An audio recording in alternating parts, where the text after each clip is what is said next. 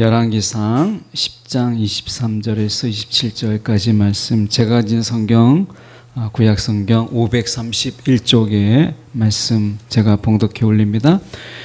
솔로몬 왕의 재산과 지혜가 세상의 그 어느 왕보다 큰지라.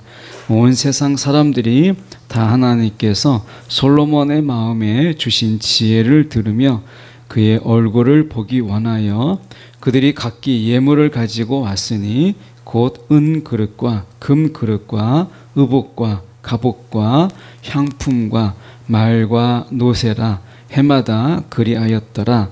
솔로몬이 병거와 마병을 모음에 병거가 1400대요 마병이 12,000명이라. 병거성에도 두고 예루살렘 왕에게도 두었으며 왕이 예루살렘에서 은을 돌같이 흔하게 하고 백향목을 평지에 뽕나무같이 많게 하였더라. 아멘. 오늘 이 말씀 통해서 과시욕이 은혜의 경계를 넘을 때, 과시욕이 은혜의 경계를 넘을 때라는 제목으로 함께 말씀을 나누기를 원합니다. 사자와 당나귀 그리고 여우가 힘을 합쳐서 사냥을 했습니다. 그래서 이제 짐승을 이제 잡았어요. 그러면 사자의 몫은 얼마나 될까요? 사자, 당나귀, 여우가 힘을 합쳐서 사냥을 했어요. 그러면 사자의 몫은 3분의 1이 맞는데 정답은 사자 마음이에요. 사자가 가장 우두머리잖아요. 여러분 얼마 전에 뉴스 보셨는지 모르겠지만, 그러니까 연예인들이 이 소득에 대해서 조사를 했는데 가수나 이 영화배우 또는 배우들을 보니까 상위 1%가 전체의 소득의 굉장한 부분을 다 가져가더라고요. 상위 1%가. 그 상위 1%는 숫자가 많지 않아요. 그런데 그들이 가져가는 것은 절대 다수의 이것을 가져가는 것을 보게 됩니다. 어떻게 보면 우리가 이 사자, 당나귀, 여우가 힘을 합친다는 것도 사실은 우리가 잊기 어려운 이야기지만 그 속에서 사냥을 같이 해서 그 몫을 사자가 다 가져가는 것처럼 세상은 어떻게 보면 우리가 불공평하고, 그래서 이 불공평한 세상 속에서 우리는 다 상위 1%가 되려고 하는 이런 삶으로 살아가요. 상위 1%가 나머지 모든 것을 거의 다 가져가니까. 그래서 어떻게 보면 우리는 이 세상의 삶이라는 것이 1%만을 위해서 존재하는 것처럼 그렇게 보여요. 오늘 솔로몬은 어떻게 보면 당시의 당대의 왕으로서 상위 1%에 해당되는 굉장히 어떻게 많은 부를 누린 자가 솔로몬입니다. 시편 111편 2절의 말씀에 보면 여호와께서 행하시는 일들이 크시오니, 하나님의 손이 얼마나 큰지요. 하나님이 한번 주시기로 작정하시면 얼마나 줄 수 있는지 솔로몬을 통해서 우리 가운데 말씀하시는 거예요. 하나님께서 한번 작정하여 주시고자 하신다면 하나님께서 이렇게 많이 주시는 거예요. 하나님은요, 손이 얼마나 큰지 예수님의 오병의 기적을 보더라도 그 많은 사람들이 다 먹고 12강줄이가 남아요. 예수님이 가나 혼인잔치를 보세요. 보통 혼인잔치가 이스라엘에서는 한 일주일 정도 이렇게 지속됩니다. 그래서 보통 포도주가 아주 상급인 경우에는 먼저 나오고 나중에는 이제 하급 정도가 나와요. 나중에 이제 취하고 먹을 만큼 먹었기 때문에 나중에 좋은 이 고급 최고급 포도주는 먼저 나오거든요. 근데 예수님께서 이제 물을 붓고 그리고 가는 중에 포도주로 이제 변하게 되었는데, 그 가나 혼인 잔치에 포도주가 떨어져 갈 때쯤에 예수님께서 포도주를 공급한 것은 첫날에 공급했던 그것보다 더 최고급 포도주를 예수님께서 그 혼인잔치에 베푸셨어요. 그러니까 예수님께서, 하나님께서 그 일하심이 얼마나 크신가 하는 것을 보세요. 우리가 지구를 위해서, 우리를 이 땅에 두기 위해서 해와 달을 별 두시고 또 별들을 두셨어요.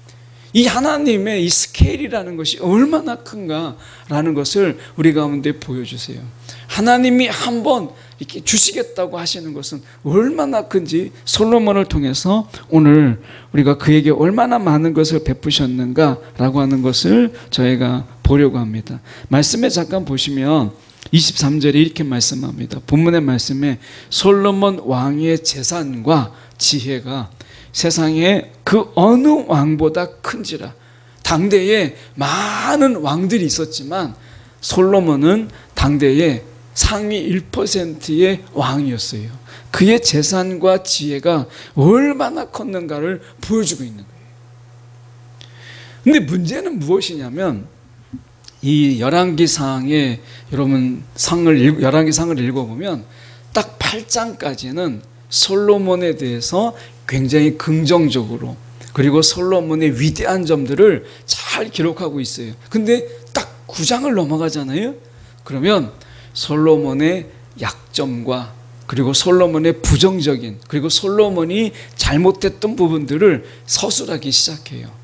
그게 딱 9장입니다. 8장과 9장을 딱 보면 그 사이에 솔로몬에 대한 견해가 바뀌었다는 것을 보게 돼요. 여기는 10장입니다. 10장이면 솔로몬에 대해서 부정적인 부분을 이야기할 부분이에요. 그런데 보면 솔로몬의 왕의 재산과 지혜가 세상의 어느 왕보다 큰지라. 이게 왜 부정적인가? 이 하나님이 이렇게 엄청난 은혜를 우리 가운데 주셨는데 왜 이게 부정적이라고 말할 수 있는가? 라고 하는 부분이에요.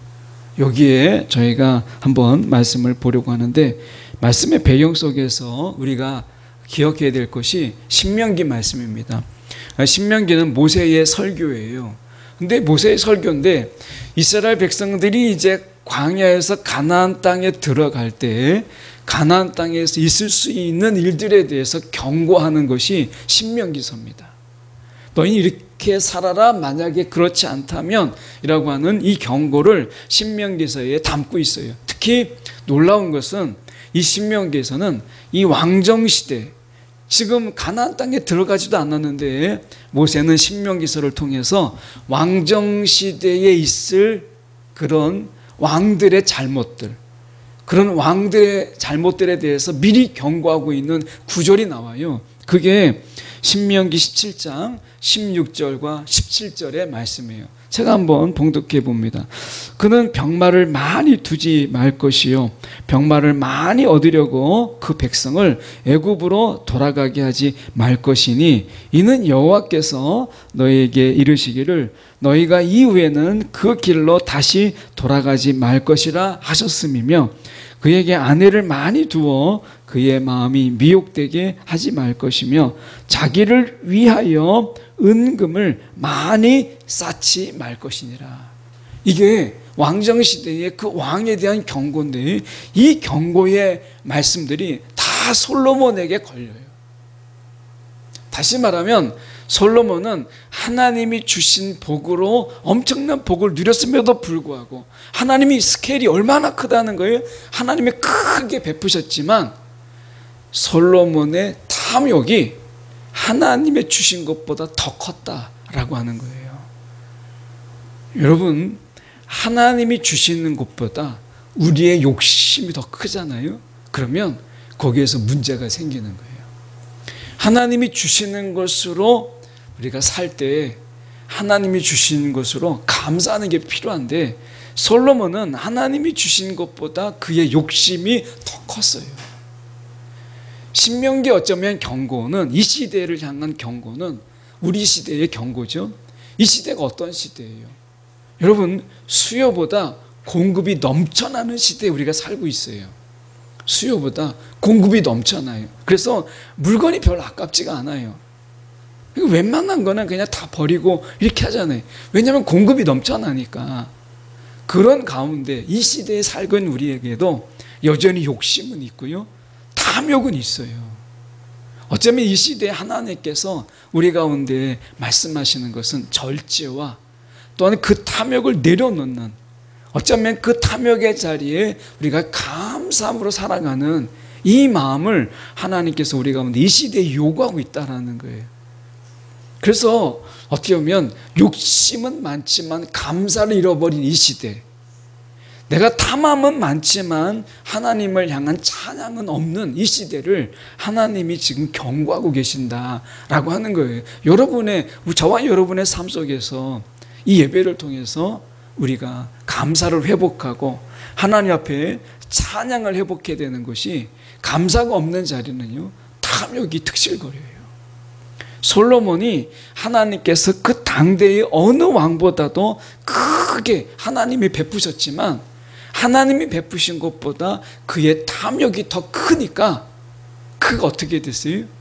하나님을 멀리하게 되었다 라고 하는 거예요.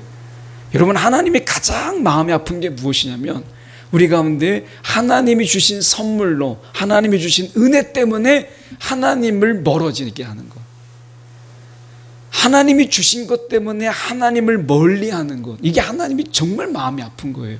하나님 우리 가운데 은혜를 주시기를 원하시고 복을 주시기를 원하시는데, 그 복 때문에, 그 은혜 때문에 하나님을 떠난다? 이게 가장 마음이 아픈 거예요. 아마 우리가 탕자의 비유를 너무 많이 얘기해서 너무 잘 알고 계시죠. 그런데 그 아버지의 마음을 보세요. 아버지의 마음. 그 아들에게 원하는 걸 줌으로 인해서 아버지를 떠나는 그 아들, 그 뒷모습을 바라보는 그 아버지의 마음이 얼마나 찢어지겠어요. 아버지가 살아있는데 재산을 달라고, 유산을 빨리 달라는 거예요. 그 아버지가 못 이겨서 그 재산을 주죠. 유산을 반을 나눠줘요. 큰아들이 있으니까 반을 나눠주는데, 아들이 원하는 것을 줌으로 인해서 아버지를 떠나는 그 둘째 아들, 이것을 바라보는 그 아버지의 마음이 어떻겠어요?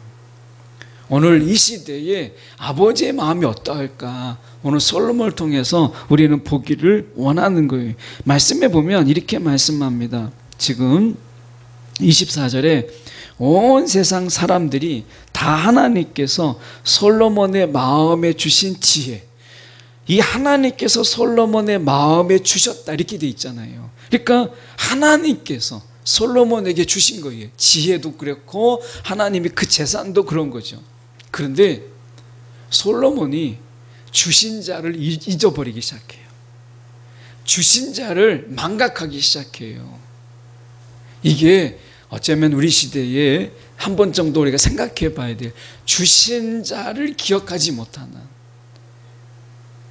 오늘 솔로몬이 그렇거든요. 자, 어떻게 해서 주신 자를 그가 기억하지 못했는가라고 하는 것인데요. 먼저 말씀에 보면 26절을 보십시오. 솔로몬이 병거와 마병을 모음해 병거가 1400대요 마병이 12,000명이라 이렇게 돼 있어요. 지금 숫자로 볼 때는 이게 별거 아닌 것 같은데, 병거라고 하는 것은 당시에 보면 최첨단 미사일과 같은 거예요. 그 최첨단 어떤 미사일과 같은 것이고, 마병이라고 하는 것은 일종의 특수부대와 같은 거예요. 그런데 이 당대의 경제 규모나 군사 규모로 볼 때, 인구 비례로 볼 때 솔로몬이 거느리고 있는 이 병거가 1400대에다가 마병이 12,000명이라고 하는 것은 당대의 규모로 볼 때는 굉장히 큰 겁니다. 지금의 규모로 보면 안 되고, 당대의 이 고대 근동에 있었던 예루살렘의 이 솔로몬 당시 경제 규모나 인구 비례를 보면 솔로몬이 이것을 굉장히 많이 가지고 있다는 것을 우리가 먼저 좀 감안을 해야 돼요. 더군다나 지금 이 솔로몬이 어떻게 되냐면 욕심을 내서 이렇게 얘기합니다. 말씀에 좀 넘어가서 28절에 솔로몬의 말들은 애굽에서 들여왔으니 왕의 상인들이 값주고 산 것이며, 애굽에서 들여온 병거는 한 대에 은 600세겔이라 이렇게 돼 있어요. 그러니까 지금 하나님이 이 모세를 통해서 어떤 경고를 했어요? 분명히 경고가 뭐냐면 병마를 많이 두지 말 것은, 이렇게 돼 있어요. 지금 아까 제가 봉독할 때 잘 들으셨다면 아마 반복되는 말들이 있어요. 우리가 이 신명기에서 경고가 무엇이냐면 병마를 많이 두지 말 것이며, 그 다음에 말씀하기를 아내를 많이 두어 그의 마음이 미혹되게 하지 말 것이며, 그리고 자기를 위하여 은금을 많이 쌓지 말. 많이가 3번 반복돼요. 하나님이 주시는 것의 족함을 알아야 되는데 계속해서 많이 두지 말라는 거예요. 그런데 솔로몬은 어떻게 했어요? 지금 병거와 마병을 두는데 많이 두었고 욕심을 냈어요. 그래서 애굽에 가서 병거를 샀고 말을 샀어요. 이것은 하나님께서 모세를 통해서 강력하게 경고한 것이에요. 애굽으로 가서 말을 사지 마라.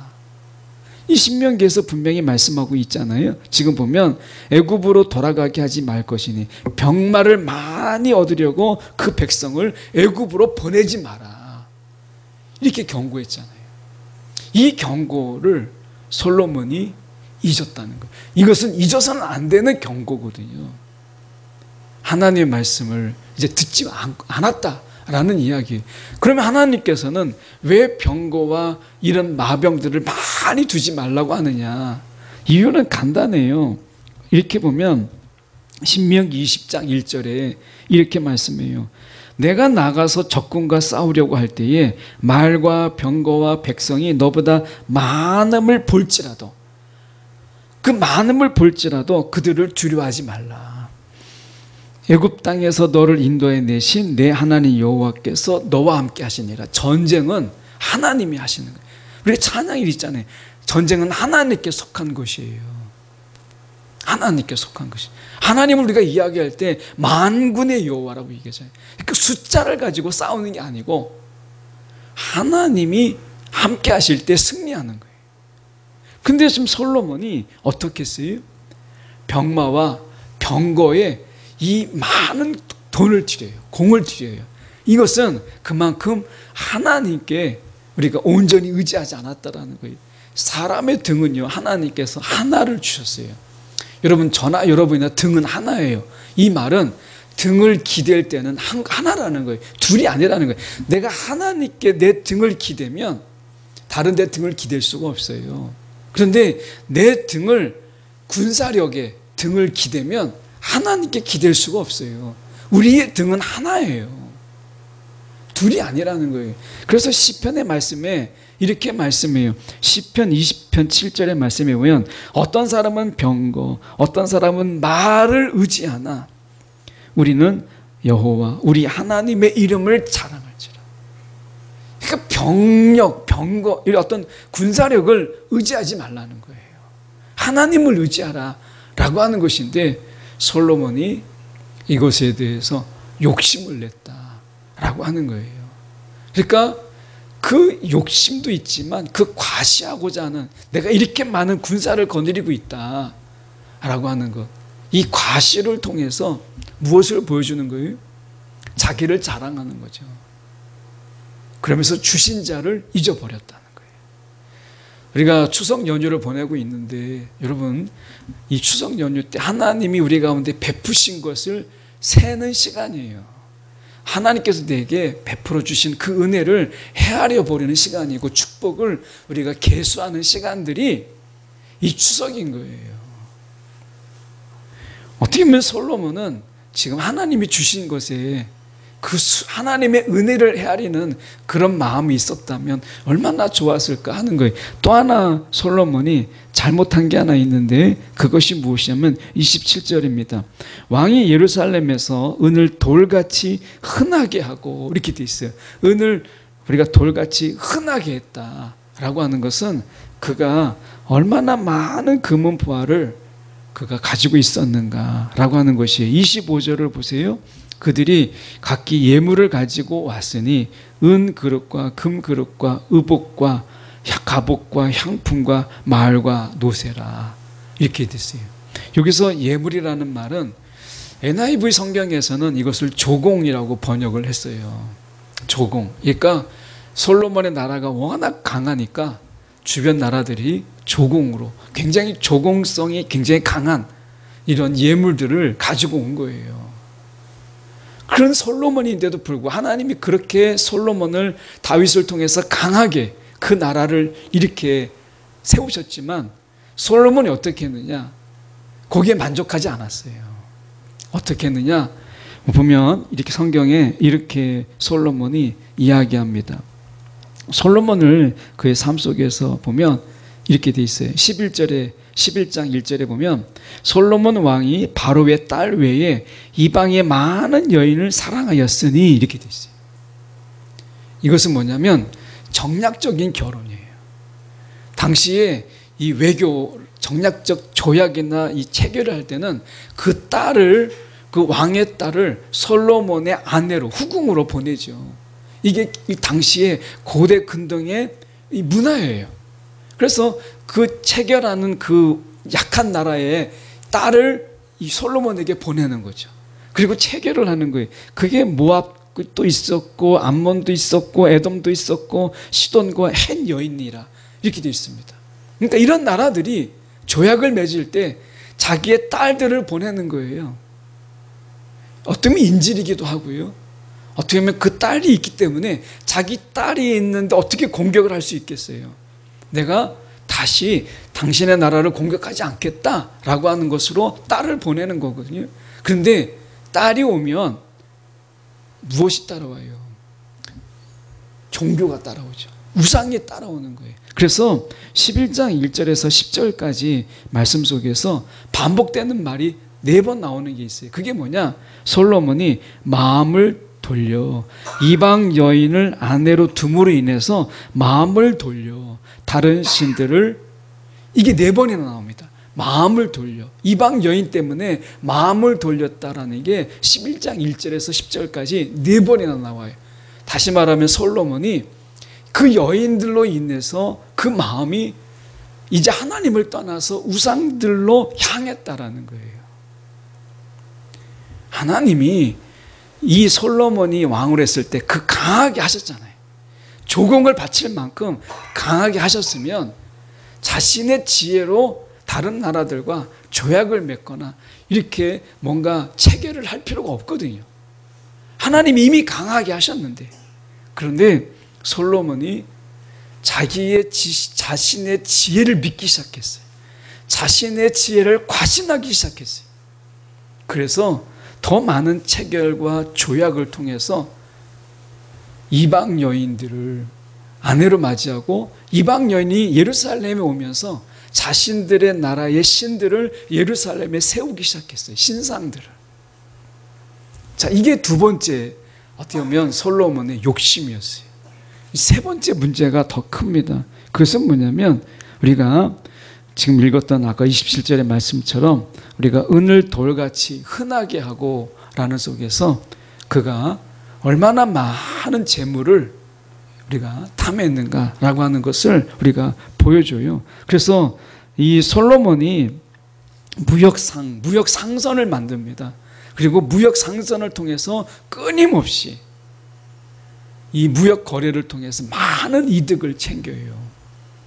우리가 솔로몬이 가지고 있는 이러한 모습 속에서 우리가 놓치고 있는 부분들을 함께 잠깐 보려고 하는데, 이런 말씀이 있어요. 말씀이라기보다는 이 황인한 씨가 지은 숫자에 속지 마라고 하는 거기에 한 글이 나옵니다. 이 죄수의 딜레마라고 하는 내용이 나오는데 잠깐 그것을 소개하려고 합니다. 치조실에 이제 죄수 2명이 있어요. 각각의 이제 이렇게 좀 띄워놓은 거죠. 근데 둘 다 침묵하면 이제 그 죄가 이제 가벼워져서 둘 다 훈방될 수도 있는데, 이제 경찰 치조실에서 이제 막 유혹을 하죠. 저쪽에서 다 자백했는데 너도 자백해. 막 이렇게 하는 거예요. 상대방이 나를 배신했다고? 뭐 이런 생각이 들거나, 아니면 네가 먼저 고백하면, 죄를 내가 자백하면 내가 너는 감면해주고 쟤는 더 길게 내가 저 감옥에 살게 할게. 이렇게 하는 이런 유혹이 죄수의 딜레마예요. 그래서 한 사람이 자기가 자백을 하고 저 사람이 다 했다고 해서 그 사람은 풀어주고 저 사람은 10년을 살게 하는 거예요. 그런 유혹이 있잖아요. 그럴 때 여러분이라면 어떻게 하겠어요? 우리가 이 죄수의 딜레마는 무엇이냐면, 협력보다 배신이 더 이익이 클 때는 얼마든지 배신할 수 있는 것이 사람이다라고 하는 것을 보여주는 것이 죄수의 딜레마예요. 여러분, 하나님과의 협력, 하나님과 함께함이 내게 이익이 되는 것보다 하나님을 배신할 때 내게 더 이익이 크다라고 할 때는 사람은 하나님을 배신할 수 있어요. 이게 죄수의 딜레마예요. 여러분, 우리가 그런 유혹이 많잖아요. 사단의 유혹이 뭡니까? 하나님을 한 번만 배신하면 너에게 이 많은 것이 다 네 것이야 라고 하는 것이죠. 그래서 우리가 그런 미혹을 이기기 위해서는 우리 가운데 마음을 정해야 돼요. 하나님이 주신 대로 내가 산다 라고 하는 거예요. 하나님이 내게 베푸신 대로 내가 산다 라고 하는 거예요. 우리가 보면 솔로몬이 눈만 조금, 손만 좀 뻗치면 야, 내가 저것까지 내 것으로 만들 수 있는데, 그런 게 있잖아요. 내가 손만 조금만 더 뻗치면 야, 내가 저거 잡을 수 있는데, 이런 게 있잖아요. 그건 내 거 아니거든요. 그건 욕심이고요. 그게 탐욕이에요. 하나님이 주신 대로 내가 사는 것, 감사하며 사는 것, 이게 중요한 거예요. 솔로몬이 그렇게 많은 하나님의 복과 그리고 하나님이 재산과 지혜를 주었는데 솔로몬이 만족하지 못했다는 거예요. 감사할 줄 몰랐다라고 하는 거예요. 여러분, 얼마나 많은 감사 생활을 하십니까? 우리가 추석을 통해서 돌아보는 것이 우리의 감사 생활이에요. 정말 우리가 늘 많이 듣는 이야기고 감사 이야기는 처음 듣는 게 아닙니다. 그런데 솔로몬을 통해서도 보면 이렇게 많은 가진 자도 더 많은 욕심, 사실 우리가 가진 게 많아지면 욕심이 더 커져요. 예. 누군가 그러잖아요. 내가 막 10만 원을 모아서 100만 원을 만들면 그러면 내가 부유해지는 게 아니라 가난해져요. 1000만 원을 만들고 싶은 거죠. 1000만 원을 모으면 1억을 만들고 싶은 게 사람이에요. 오늘 하나님이 우리 가운데 주신 것 그대로 하나님께 감사하고 내 욕심을 좀 내려놓고 절제하고 할 수 있는 이 마음이 없으면 이 세상에서요, 하나님의 은혜가 우리 가운데 욕심이 되고 탐욕이 되고 과시가 되어서 하나님의 은혜의 경계를 넘어서 하나님을 떠나버리는 이런 우를 범하는 경우가 너무 많은 거예요. 솔로몬이 그걸 보여주고 있어요. 아니, 여러분 생각해 보세요. 야, 솔로몬만큼만 있으면 얼마나 좋겠다, 막 이런 생각하잖아요. 그런데 그런 솔로몬이 하나님을 떠나버리고 하나님을 배신하고 그리고 하나님을 멀리 했다라는 거예요. 이 황인란 씨가 숫자에 속지 마라는 책에서 이런 이야기를 합니다. 사람이 감사하면 8명에게 영향력을 끼친다는 게, 이제 고객으로 우리가 비유를 하는데, 내가 물건을 샀어요. 근데 내가 만족해요. 그러면 이 만족도가 8명에게 영향력을 끼친다는 거예요. 근데 반대로 내가 산 물건이 마음에 안 들어요. 막 불평이 생겨요. 그러면 그 불평이 22명에게 영향력을 끼친다는 거예요. 자, 생각해 보세요. 우리가 감사함을 생활하면 8명에게 선한 영향력을 끼칠 수 있어요. 그런데 반대로 우리가 감사하지 못하고 탐욕의 삶을 살면 여러분이 원치 않아도 22명에게 그 영향력을 끼치는 거예요. 그러면 가족의 범위를 벗어나잖아요. 가족의 범위를 벗어나서 내가 만나는 사람들에게 이 불평의 마음들과 이 불만족의 마음들과 이 화난고 분노의 마음들이 그들에게 퍼져가는 거예요. 근데 내가 감사함이 있어요. 그럼 8명이거든요. 제 가족이 6명인데 그 6명 정도는 그 감사함으로 커버할 수 있는 거예요. 8명. 내가 하나님 앞에 감사의 삶을 살면 8명에게 선한 영향력을 끼칠 수 있어요. 그런데 여러분이 하나님 앞에 불평하고 탐욕으로 내게 부족함을 막 원망하고 하면 22명에게 그 악한 영향력을 끼친다는 거예요. 불평의 영향력이 감사의 영향력보다 훨씬 더 크다는 거예요. 한 대략 3배 되잖아요. 38에 24, 22명이니까. 여러분, 내가 감사하면 내 집안에 선한 영향력을 끼치는 거예요. 그 감사가 흘러가는 거예요. 근데 내가 하나 불평하면 22명. 근데 생각해 보세요. 가족마다 다 다 불평을 쏟아내고 막 욕심을 내고 뭐 어떤 탐욕으로 막 이렇게 해봐요. 그럼 어떻게 되겠어요? 서로에게 그 영향력, 그 악한 영향력, 나쁜 영향, 부정적인 영향력이 몇 배는 늘어나는 거죠. 여러분, 감사의 영향력, 그 선한, 그 만족의 영향력이 8명에게 기쁨을 줄 수 있다는 거예요. 그래서 그는 이런 이야기를 합니다. 이 수학 하나 공식을 제시해요. 이 수학 공식이 너무 인상 깊어서 잠깐 소개하려면 영어 알파벳에 n이라는 게 있죠. n-1은 0이다. 그러니까 영어 알파벳 숫자 n이라는 거죠. n. 그러니까 영어 단어 n이에요. 그 n 빼기 1은 0이 돼요. 이 의미가 뭐냐면 모든 것을 가지고 있는데 정작 있어야 될 것이 없으면 결국엔 nothing이라는 거, 아무것도 아니라는 거예요. 한번 생각해 보세요. 여러분 자녀를 한번 놓고 생각해 보세요. 내가 모든 것을 가지고 있는데 내가 정말 사랑하는 그 자녀가 없어요. 그러면 뭐 다른 사람 다 있어도요, 그 허전함, 여러분 이거는 이루 말할 수가 없죠. 예. 아마 여러분 명절에 내가 정말 사랑하는 그런 가족, 그런 가족이 없는 그런 삶 속에서 내 삶을 보세요. 다 있는데 그게 없어요. 그러면 여러분 그건 제로예요. 이 솔로몬이 전도서를 썼어요. 전도서에서 뭐라고 이야기해요? 헛되고 헛되고 헛되도다. 왜 그래요? 이 모든 것을 가지고 있지만 하나님이 없는 그의 삶 속에서는 다 헛되고 헛되고 헛되다라는 거예요. 오늘 우리의 탐심으로, 우리의 탐욕으로 우리를 만족시킬 수가 없어요. 인간의 탐욕은 여러분 우리를 절대 만족시키지 못해요. 그래서 말씀하는 게 여러분 하나님의 빈자리는 모든 것을 가지고 있어도 모든 것을 다 nothing으로 만들어버려요. 다 허무와 공허로 만들어버려요. 솔로몬이 그 많은 것을 가지고 있어도 하나님을 찾는 지혜보다 못한 거예요. 예. 그 세상에서 상류 1%의 어떻게 보면 그 존재인데, 어떻게 보면 전 세계의 상류 1%의 존재가 솔로몬 아니겠어요? 그런데 그가 공허함을 느꼈다는 거예요.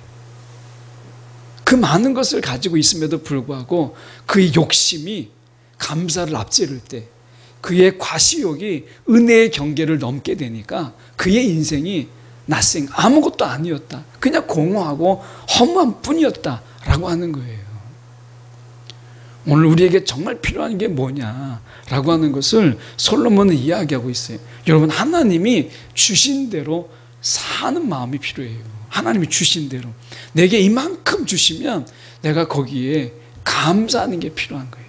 솔로몬에게 하나님께서 이렇게 많이 주셨음에도 불구하고 솔로몬이 거기에 멈추지 않았어요. 더 많은 것을 찾고 또 찾았어요. 하나님을 찾지 않고 주신 자를 잊어버렸을 때 그의 삶이 얼마나 공허했는가라고 하는 것을 보여줘요.